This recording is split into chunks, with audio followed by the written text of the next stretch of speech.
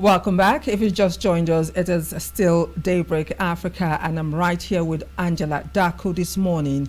And like we told you, we're taking a look at do or die politics, the evolution, its crawl in, its walk in into the history of Nigeria's electionary system, and that is exactly what we're taking a look at. Now, Angela, for clarity, it is important for us to let our viewers know what do or die means in simple English.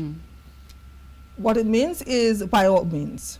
By all means. Then if you bring the Nigerian factor back again, by hook or by crook or by fire. By force. By force. And somehow this attitude found its way into our politics, and it is, according to analysts, it is a bloody model of electioneering that evolved after a military rule in 1999. Though our guests, we don't have a guest in-house, like you rightly said, we were able to get them involved, two guests, to talk about this issue today. So it is important for our guests at the other side, which is you this morning, sit back and just follow us as we try to unravel the history on the show this morning. Well, the first thing that comes to mind, actually, I'd like to get your thoughts on the modern day politics in Nigeria. What do you think of it? Now, Angela, there is no modern day politics because the past definitely dictates the present. Whatever politics is being practiced right now is as a result of what was learned from those who came before. And the reason why we're where we are today, and the reason why we're trying to understand where people will just hold on to power and not let go. I was having a discussion recently with someone on a topic similar, and he did say that the reason why we have a situation where people hold on to power in Nigeria that has transcended into this do or die kind of politics in Nigeria is because those who found themselves in the corridors of power actually think that letting go of power is like a death sentence. So when you mix all of that to what we have presently, we can run or shy away from the kind of politics being played or the type of democracy. Look, we've had guests on Daybreak Africa tell us again and again that the democracy we practice in Nigeria is different from the democracy seen anywhere. We just take what we want from what the rest of the world is doing and adjust to it to suit our own, to suit ourselves, to suit the position we find ourselves, to suit the time, to suit our feelings, to suit our thinking. And that's the way democracy is being run in Nigeria. You know, that's what the analysts say, and you and I know that now and again we're at the brunt of whatever comes with it. Well, interesting, I must say, but we actually have a guest who will be talking about this. That's in person of Mr. Itodo Ilesanmi. He will be our first guest, and we asked him to tell us what he understood by do or die politics in Nigeria. Take a watch. Politics generally, we can't define policies very well without defining government. Government is the art of coordinating, controlling, seizing political power to govern the electorate. The electorates are those who elect the political leader. The political leader is saddled with that responsibility after swearing in, having the political will and power of governing the electorate. So the citizens who voted a leader in are the ones to be governed, but they should be governed according to their wishes. And that's why we have what we call political manifestos. So the one with the winner of an election, either be it governor or these political offices holders, win the election by third majority votes won at any point in time with guidelines. But before then, there will be manifestos, that's political promises of what they are about to do or they should do for the citizen. It is when they fail, if it suits the electorates, they vote for them. After winning the election, they can now go ahead and take the scepter of authority, the government houses of whatever level. At the state level, it's called House of Assembly. the local government level, it's called the secretariat, which we call local government secretariat, and at the federal level, we call them. Now Nigeria has two houses, the lower house and the upper house chamber. And that's the House of Rep and the House of Senate. The Rep contains representatives from all the 774 local governments in Nigeria. Then the House of Senate also, they work together. All these are lawmaking bodies. So when we now talk about politics, politics itself is the ability to contest election, win the election, and take up governance. They are a group of people who gather themselves together with the same political ideology in order to win an election and take up governance of the people and the properties. So that is politics. When we now come to issue of do or die politics, that coinage is, I think, it's relative to Nigeria, especially and practicable in Nigeria. The practicality of do or die politics, it's only known as a balance in Nigeria. And I think that balance came into existence and popularity after Obasanjo's second term in office. The first term was 1999 to a certain year, then the second term. It was when he was seeking third term that he used that terminology. And that terminology has now been like wildfire.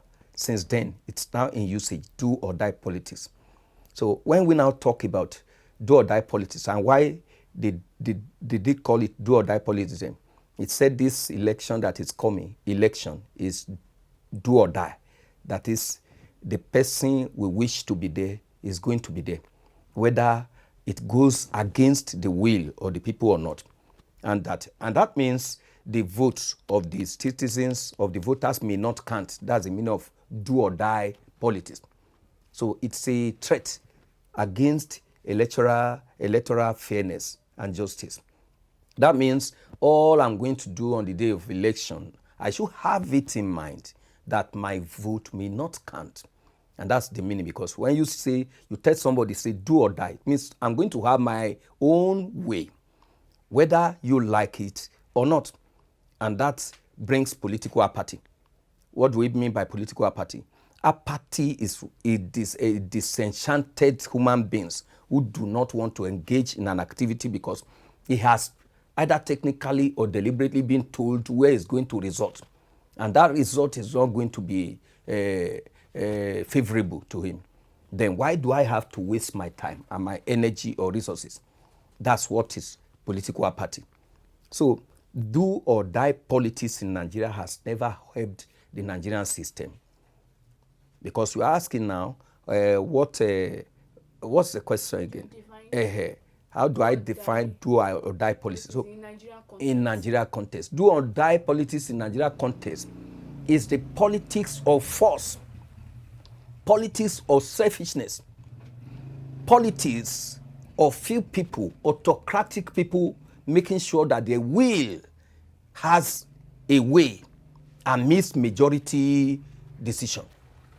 In democracy, for example, it is believed that it is the government of the people, for the people, by the people and for the people.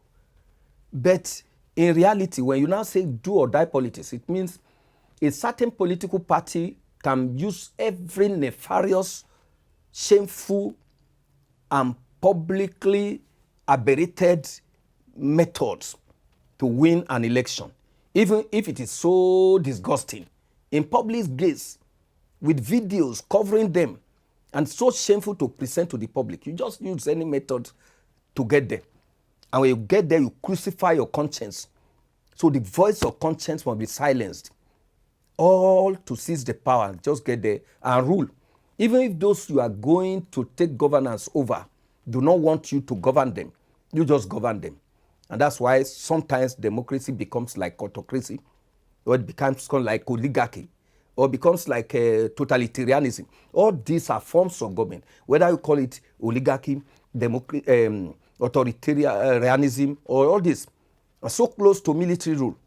So we cannot call the system we are operating presently, that is operated by a do or die winner of an election as a politician, as military democracy. Because the people you are about to rule, maybe they do not want you to get them. That's the first reason why you use that word, do or die.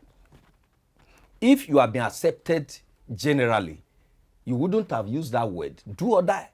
Do or die, in essence, means you are not ready. The people are not ready to have you. But they have another option.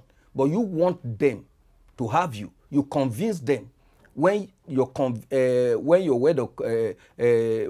no more convince them to dance to your own tune, you use an adopted force. That force can be in terms of making use of electoral thugs, thugs, youths carrying guns, or even the security men like the police and the army just seizing the ballot boxes. And what do we have now? We have beavers. The beavers machine and all those other methods of killing and just assassinating opponents. That's what brings do or die. Because you either do it by voting for me or you die. And it's no less the statement of armed robbers meeting a man and his family in the city room when they want to rob them, to say your money or your life. It's the same thing. It's either you vote for me, you have me, or everything scatters.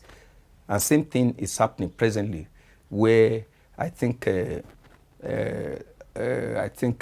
one minister of the minister of Abuja, ministerial something of Abuja, Wiki or Yeson Wiki, something, was now saying one state that he will go and scatter one state if they do not. Those are do or die, and they'll see the rivers, local government election going on there with the massive destruction and that sins being committed, burning of houses and properties, destroying government facilities. That's what we call do or die. In the context of Nigeria as a nation, context of Nigeria, do or die election means I win or nobody wins. I take up the rules. I got sworn in. I get sworn in, or nobody must be sworn in.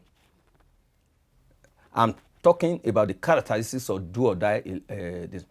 After all, I take up the governance of the state, or let the state scatter, like the voice of that man that I've just mentioned. Then, if not me, nobody should. That's in the context of Nigerian government, and that has not helped Nigeria. It has always got, in fact, that's what has gotten us to where we are now as a country. That after 64 years of independence, Nigeria becomes 54 this October. Am I right? 64 years old, but a child who is not yet crawling and still feeding on the feeding bottle, still sucking his mother's breast. That kind of shameful 64 years old child ought to be discarded. So that's the nation we are in, do or die election. Welcome back from that, and this is still Daybreak Africa, and we just listened to our guest, Mr. Itodo Ilesanmi, who answered the question, what do you understand by do or die politics in Nigeria? And well, we heard what he said, and it is no different from the general ideology. Exactly. Everyone has a story to tell when it comes to politics in Nigeria. Exactly, Angela. But let us look at the other aspect. Let us look at Ondo, for example. Ondo will be having its election next month, November 16th. What do you see happening? I'll give you an example of what happened recently when I was talking about this Ondo election, who we think actually would win this election? And they were like, you don't need to. You don't need to crack your brain about it. You should know the answer already. No sleepless nights over it at all. Someone went as far as saying that we don't need election. They should just give it to the person and let us move on with our lives. But do you think that what happens in elections, I mean, what happened in Edo election and even previous elections would happen again, or we'll be seeing something different? To think that, INEC always would say that they are advancing in their method in the process of election and all of that. Do you think we are going to see an advancement this time? Okay, now I'm going to answer that question by reacting exactly the way one of our guests did on the show when I asked a similar question. Then I mentioned Edo State election. The guy almost jumped from his chair and said, Anire, please don't go there. I have told and promised myself that I will not talk about the Edo election. I will not use it as an example. I was like, take it easy, sir. Just calm down. Now, what we expect for Ondo is not a replication of what happened in Edo State, because Angela, the dust there hasn't settled. You all know that. It came as a road shock to a lot of us, especially those of us who were journalists. KAFTAN television was fully represented on ground, but those of us who stayed back and followed the trend there, let me tell you, we do not want something similar to happen in Ondo State. But you said something that a lot of people have given the check for who would win the election. I don't want to call names. No, we're not going to call names. We're not going to call names. I just want to say my piece. Anything can happen. Okay. When it comes to Nigerian politics, when it comes to Nigerian election, anything can happen. Again, Edo election and all that happened is like an eye-opener, and people are still talking about it. And there is no way, directly or indirectly, that will rub off on the people right here in Ondo State. But give and take, what we expect is peace. I do not want what happened in Edo State to happen again in Ondo. So, the courts, people definitely, the trend, let's meet in court. Meet me in court don't talk too much, let's meet in court. But the truth is, if the right things are done, then we would need not go through that route and spend so much money, spend people's time, people's emotion, and all whatnot. So, to answer the question in simple terms, we just pray, I pray that we get the best done for the Ondo elections. I'm looking forward to a peaceful election and the right things to be done. Well, I guess we'll keep our fingers crossed there. Yes, most definitely. And still moving on, we will still be joining Mr. Itodo Ilesanmi, and we asked him again, in what ways has do or die politics undermined Nigerians' democratic institutions? And here is what he said. The democratic institution of Nigeria becomes so unstable and slippery when we have do or die politics. One, it's like you pound the okra, spread it on tiled floor. Then you now pour water, and then you went to bath from the bathroom, coming without slippers, and you are not even looking down, you are looking at the ceiling and walking carelessly. So slippery, and death is at stake. That death is staring that victim at face.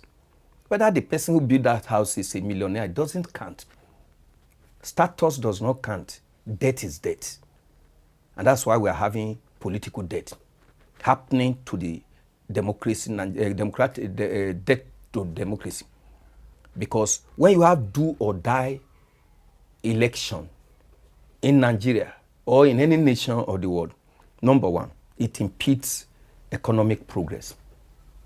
The economy will not be stable because the people will always be angry at you, the ruler, because they know that you forced yourself on them.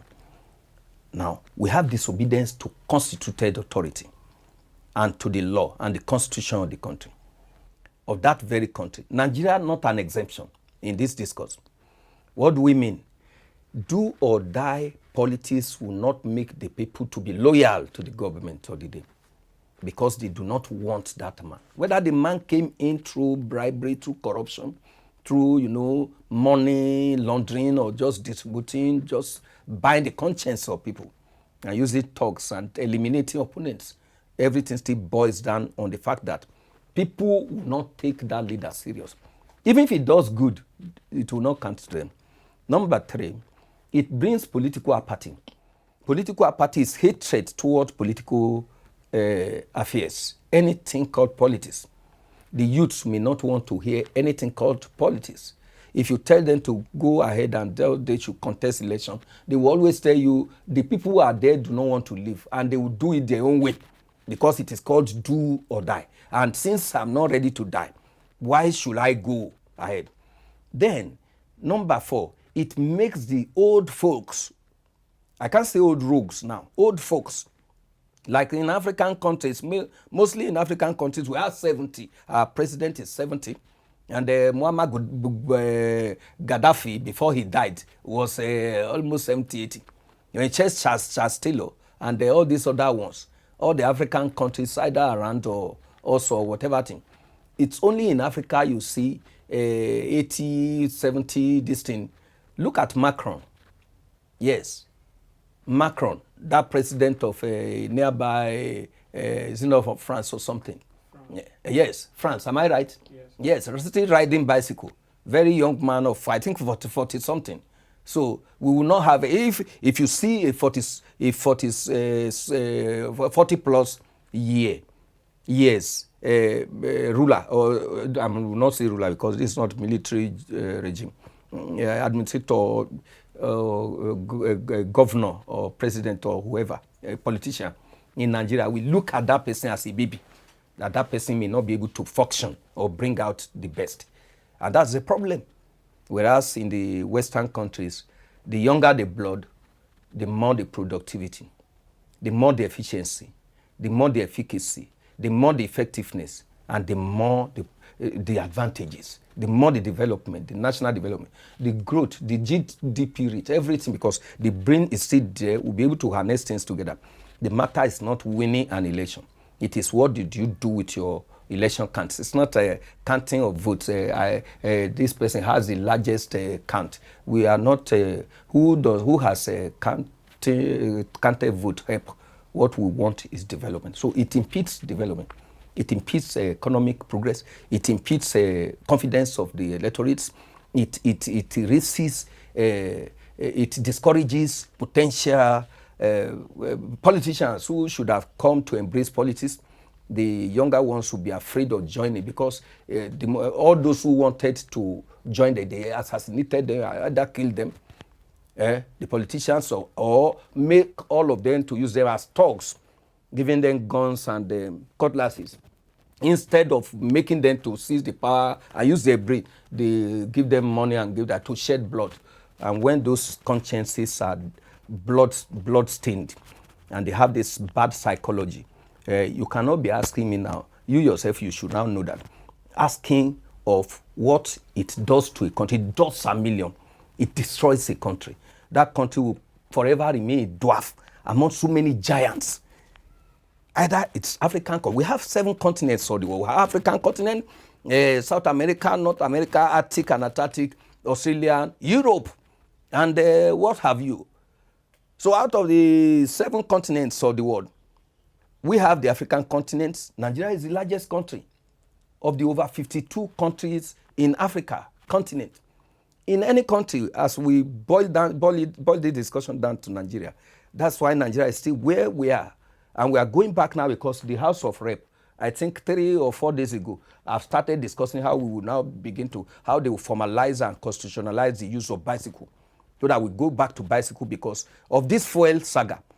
So I wish everybody hearing me now, be ready now, because we are going back to round 1. That's what do or die politics does in any country. And the young ones have no hope for the future. They engage in crimes, criminologies, because they know that the government of the day will never provide any employment for them. They only make use of them during the time of transition government, to make use of them to kill, to get cutlass, get gun and shoot. And then in the process, they are snuffed out, and then they announce the winner, and the winner gets there, switches off her phone, and will never discuss with those youths that are the rest of them that are alive, that did not die in the process of defending him. So the youths now get into crimes of Yahoo. Do you understand? They now go into ritual killings, ritual this thing. Why? Because the politicians, do or die politicians, have taught them how to do rituals, how to stain blood, to get blood, to split blood. And during the, so they do not have any better way of making money now than to cut people's head, cut their girlfriend's head, their mother, their father, just everybody, because the politicians taught them this. They never thought of developing the nation, using that brain to develop the nation. And that's why we have found ourselves. And I just pray, I don't know how we are going to get out of this quagmire. So because we are in the pool of mess and nonsense, this is nonsensical nonsense, and that kind of country cannot go far amidst the Committee of Nations. Yes, welcome back. It is still Daybreak Africa, and today is a special day on the show. Not only do you have two very beautiful ladies, two black Nigerian ladies on set. If you're asking after Ezekiel, well, Ezekiel is not around. We pushed him away this morning and took over. We didn't do or die with Ezekiel. Do or die this morning. And no, he had another assignment. That's why he's not here. No, reacting seriously to our guests and all that he has said today on this second part of, questioning. I can only say that, or wish that the youth are watching right now, and not just the youth, those in authority, those in power, those in the corridors of power, those who hold on to power and do not want to let go, those who give or take will always be there to get involved in elections. We do hope that they listen to the emotion coming out from the heart of this man and just ensure that they do the right thing.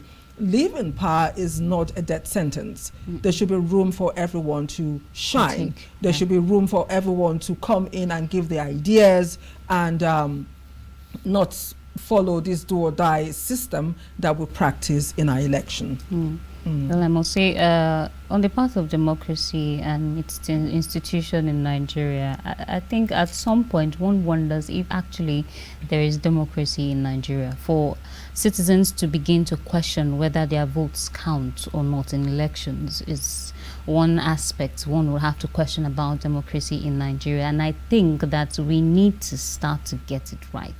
Because if we don't, there will be a time when no single person will go out to cast their vote, because it doesn't count. That's feeling. I mean, they talk about youth apathy all the time. Of course. And then you see Nigerians now who've all given up. Some of us are still keeping hopes alive. You see some traveling out of the country because they are going for greener pastures. And now, even while trying to get those greener pastures, it's not easy. Let's be truthful. Because it's not greener at the other side. It's not really greener because at the other side. One thing Nigerians don't know is that when you travel outside the shores of this country, you work 10 times more than you do here.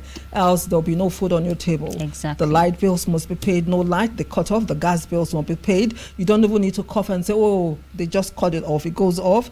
Water must be paid. If you don't pay the tap stop running, you have to pay. In fact, let's just leave it there.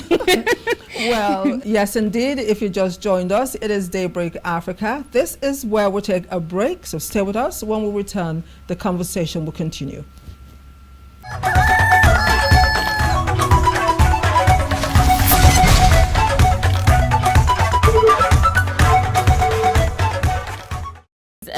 Today our topic has been do or die politics, impact on Nigeria's political evolution, and this is the second segment of our discussion. Although we do not have a guest in the studio with us, we actually had an interview where we had to get their insights on this particular topic.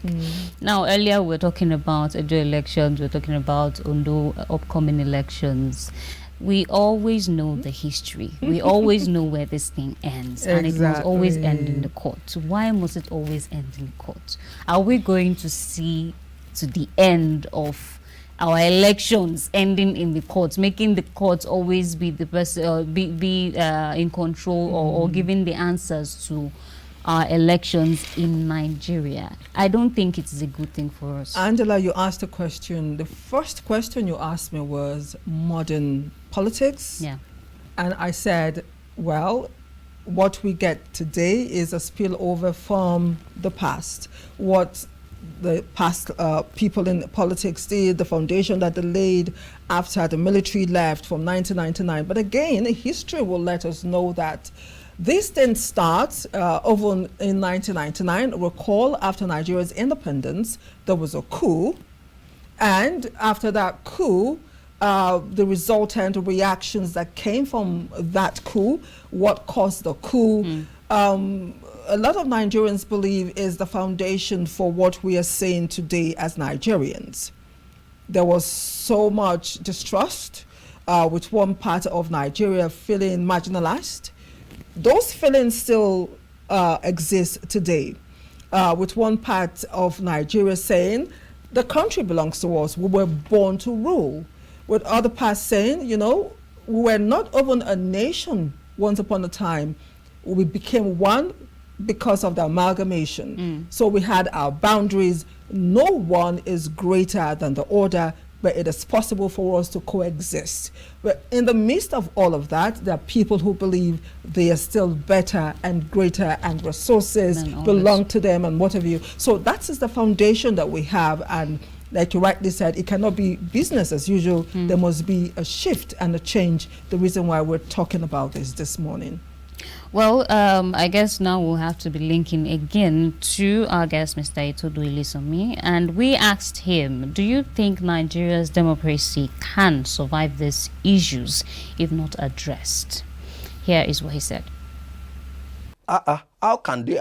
Yes, well, it's a question, but I've just told you, we can't survive. How can we survive? We are already drowned. We are drowning, and we are drowned, and we are drowning. We are still drowning. And there's no hope of letting down any rope inside this well to get out of it. Instead, every day, we are sinking. We continue to sink. Look at, for example, do or die election, so we make sure that the wrong candidates emerge and begin to rule, so that those who don't really have enough prowess and ability to change things will not make good laws or bring out good things that can help shape the country, move us forward. Think, for example, because of your question, just of recent, I think about that just this last week, the national anthem that was, so much millions of naira, if not into trillions or billions, were spent on changing the national anthem from the old to the new, new to old to new, unstable kind of life. Because the people there will work only according to the brain they have, according to the amount of what the vision they have for the country. And that's what do or die election will produce leaders that will leave hunger. Are you following now? Leave a transportation problem, leave your wardrobe, and leave the food in your kitchen, and be talking about how to change the national anthem. And presently now, the third stanza of the national anthem has been approved again, I think last week, to be national prayers. Do you understand? So that's what we are talking about. There is only one hope to get us, to answer your question, to get us out of this mess. Because he said, is there any hope? Are there ways we can rescue ourselves from this problem? Yes, it is not through prayers. Prayer is one thing, because the National Assembly said, okay, how to rescue ourselves out of this problem now is that the third stanza of the new old national anthem that has now been made new again should be the national prayer. So the national prayer now will solve the problem of Boko Haram, insurgency, solve the problem of dwindling educational this thing, then the crimes and the criminologies, criminal acts all over, the nefarious activities of kidnappers. It's the national prayer stanza 3 that was supposed to solve it. No, I'm in Nigeria, and I'm a staunch Nigerian, an African, an educationalist, I'm a scholar. You see, America never depended on using any of the national stanza of the national anthem to solve the problem. Let's dedicate this stanza for national prayer, so prayer will solve it. Let the pastors and the priests and the imams and all that religious body, Hindus and all this, let them continue to pray the prayers. That's a ministry entirely on its own. The Western countries, they pray less, but they do more, and they are wealthy. China pray less, do religion less, and they are wealthy. They work with their hand. Dint of hard work, honesty. Let's teach the youth that labor pays. Then let the leaders who are teaching them live by example, by not siphoning funds and cutting corners to get wealthy without work. If you see a father getting stickingly rich without working, then asking the child, you must work to be rich. I want to ask you, which kind of father is that? And what do you think the child will do? Will the child listen? Will the child imbibe any culture from that useless father? No. So if the leaders are telling, political leaders are telling the young ones that are coming to take over, that is if they ever allow these younger ones to take over from them. If they do not give them guns to kill others so that I will remain there and die there, that's do or die election. So if they will ever allow the younger ones to use their talents and the latent ability to build this nation, then they should teach the younger ones to work with the dint of their hands, that there is dignity in honest labor. Understand? That's number one. Then number two, such campaigns against ills should be done. Corruption should be stamped out of the system. People should vote during elections, not based on advantage that they are going to be given, like monetary inducement or position inducement or image mongering. And whoever then election and governance, cost of governance should be cut. And then advantages attached to political positions or posts should be reduced to a minimal level in attractiveness. We should not make salaries of politicians, for example, to be so attractive. For example, as I am now, the salary I get as a lecturer in this university with my level, my educational level, if it is same thing a governor gets using his educational certificate, whether it's in the government house or not, apart from the allowances, I think there will be no carrying of cutlass or do or die politics. You get what I'm talking about? Yes, so let's make the positions and the offices less attractive. You will hardly see people saying, vote for me. Do or die will die natural death. That's what we're. Then let's focus on development instead of selfish aggrandizement. There are lots to talk about here, but I'll save my breath. Except there are other questions.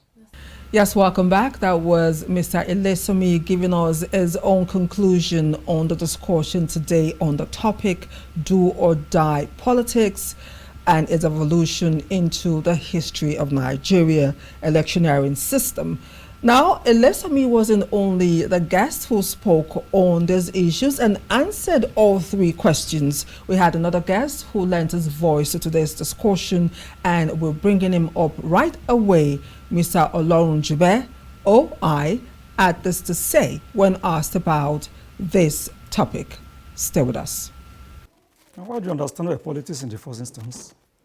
It's a process of choosing people to represent us, to see to the affairs of our nation, to manage our resources, and to distribute them equally to the citizens.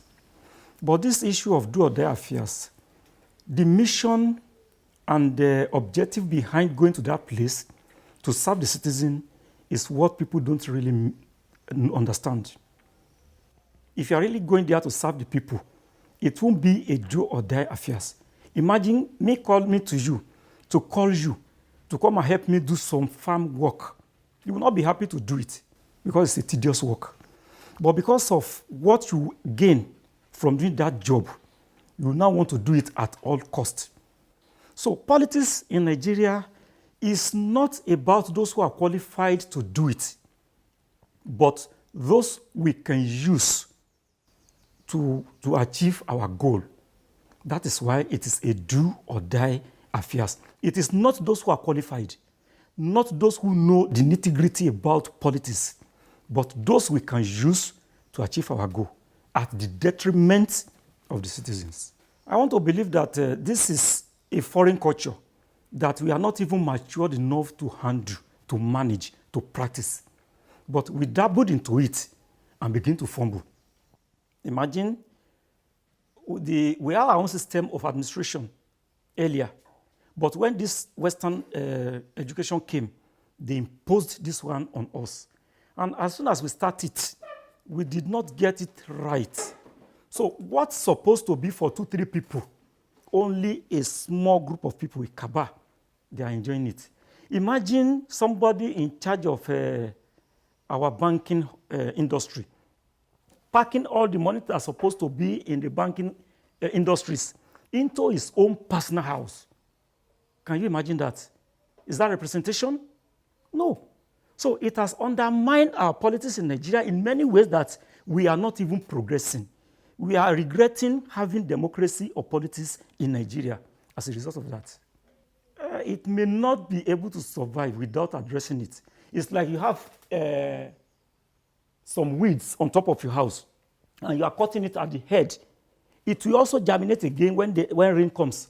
But when you uproot it from the root, then you solve the problem once. Until we are able to address this one, it is then we can have or practice what is genuine politics in Nigeria. Welcome back, and that was Mr. Olorunjube with his opinion on today's matter, politics in Nigeria, its impacts on Nigeria's political evolution. And I must say today's discussion has been an interesting one so far, getting different people, different insights as to this particular issue faced in Nigeria, because I believe that this issue is a very serious one. In fact, it is a major focus as to where Nigeria is currently. But somehow our minds are always focused on the economical aspect of it, where we have to think of what we have to eat, how our activities are going to run, how our businesses are going to be fruitful, and all of that. Meanwhile, I think politics play a focal point when it comes to economy, Nigeria as a whole, a country as a whole, because it's the decisions that matters. It is decisions that are taken that will determine what is going to make that country. So I think today's discussion so far has been very, very insightful, and I hope that one way or another our politicians will get to learn from some of these interviews we have here and there.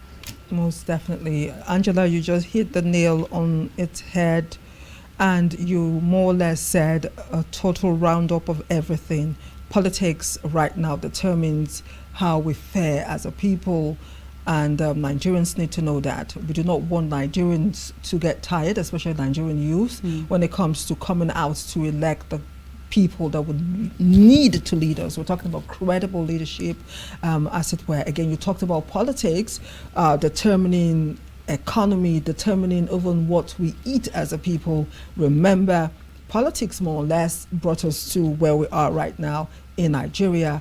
The inaugural speech of the president, or present President Tinubu, just at the spur of the moment, declared what you call it, subsidy removed, and from that point on, we paid 100 naira as transportation to work while going home the same day, or by the next day. The same distance became 600 naira, and it has gone up on and on. So politics, of course, determines everything. It's the beginning and the end, and Nigerians need to know that. Nigerians need to know that. But however, this is where we will be drawing curtain for today's episode. So for me and Binitie, stay positive and bye for now. And I am Angela Daku. Have a beautiful day ahead.